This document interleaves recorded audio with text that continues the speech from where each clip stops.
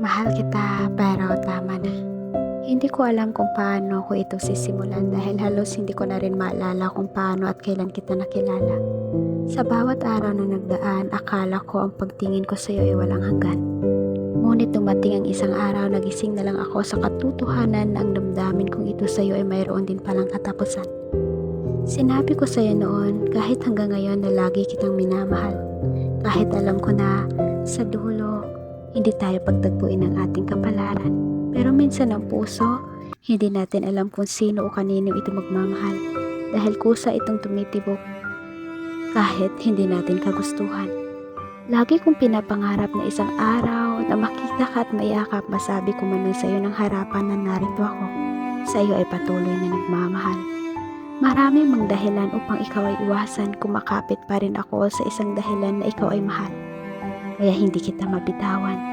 Meron man tayong pagkakatampuhan dahil sa mga pangyayaring di natin maiwasan.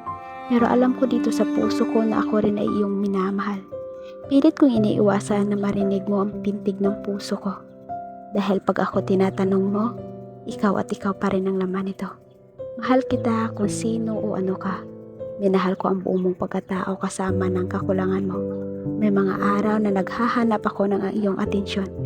Pero patuloy kong inuunawa kung bakit hindi mo maibigay ng buo iyon.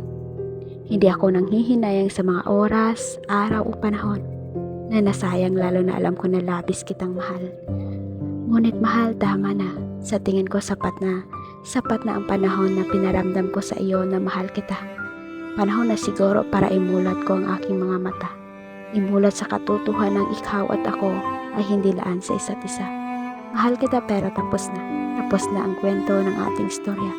Wala palang pangalawang pagkakataon dahil para lamang ito sa marunong lumaban at dapat ipaglaban. Mahirap labanan ang tadhana dahil ang storya natin ay pinagtagpo pero di tinadhana.